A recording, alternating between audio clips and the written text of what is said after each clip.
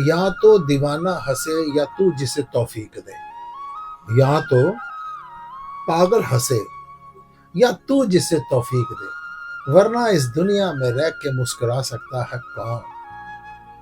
हंसना भी भक्ति है, याद रखना। हंसेगा कौन?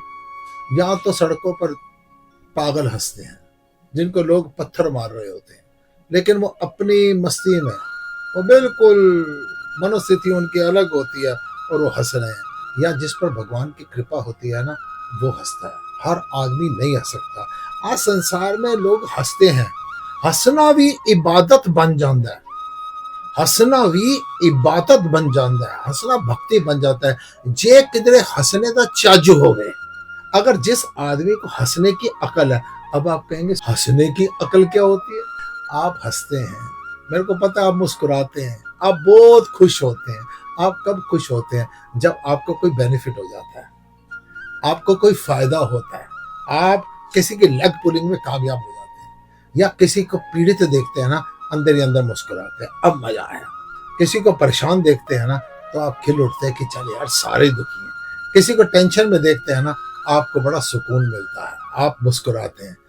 हंसने की पहली बात तो आदत होनी चाहिए कि आपके चेहरे पर हमेशा मुस्कुराहट होनी चाहिए। लेकिन किसी की कमजोरी, ये मैं कह रहा हूँ, हंसना भी इबादत बन जाता है। जे कितने हंसने का चज हो गए। अगर हंसना ही है ना, याद रखना, हंसना है तो अपने कर्मों पर हंसो।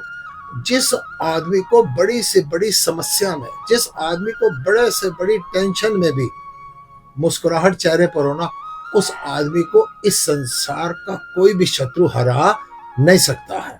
अतः हंसने की आदत डाली। हंसेगा कौन?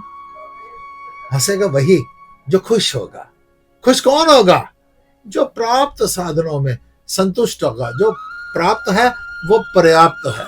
जिसकी ये मनोवृत्ति होगी, वो आदमी हंसेगा। हंसेगा वो जो खुश होगा। खुश कौन होगा? जो संतुष्ट होगा।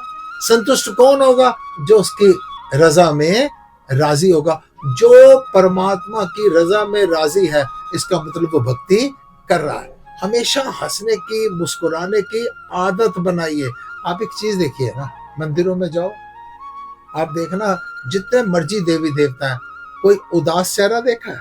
किसी का रुआंसा चेहरा देखा है? कोई मूर्ति रोती हुई देखी है? जिनको खुद को सबके चेहरे पर मुस्कुराहट है, वो दूसरे को रोता हुआ कहाँ पसंद करेंगे? वो खुद हंस रहे हैं, वो उन्होंने आपको खुशियां दी हैं, लेकिन आपने खुशियों में भी कोई ना कोई दुख ढूंढ लिया है। आप मुस्कुराने की आदत बनाइए। अगर आप मुस्कुराने की आदत बनाएंगे ना, तो देखना दुख वैसे ही परेशान होकर सारे के सारे भाग जाएंगे। कुछ लोग ऐसे होते हैं जिनको थोड़ा सा भी ज्वर हो, बुखार हो, तबीयत खराब हो, तो वो एकदम दवाइयां लेनी शुरू कर देते हैं। तो बीमारियां बड़ी खुश होती हैं, हमारे को एक घर मिल गया, ये बहुत जल्दी हमारे को एक्सेप्ट कर लेता है। और दूसरी तरफ एक आदमी होता है जो छोटी मोटी दुख तकलीफ को कुछ समझता नहीं, वहां से दर्द भाग जाते हैं, ये रहने तो देता नहीं, दर्द रो के भाग जाते हैं, दवाइयां लेता नहीं, परेशान रहता नहीं। तो इसके पास रहकर क्या करेंगे? बुखार की वैल्यू कहाँ होती है? जहाँ पर रोना हो, जहाँ सिर दर्द फील किया जाए, यहाँ पर सोना हो, जहाँ पर हमेशा रुआसा चेहरा हो, दवाइयाँ हो, जहाँ से ये सारी चीजों की जगह नहीं मिलेगी, वो भाग जाएंगी। जो आदमी मुस्कुराता है, याद रखना, वो भक्ति कर रहा है।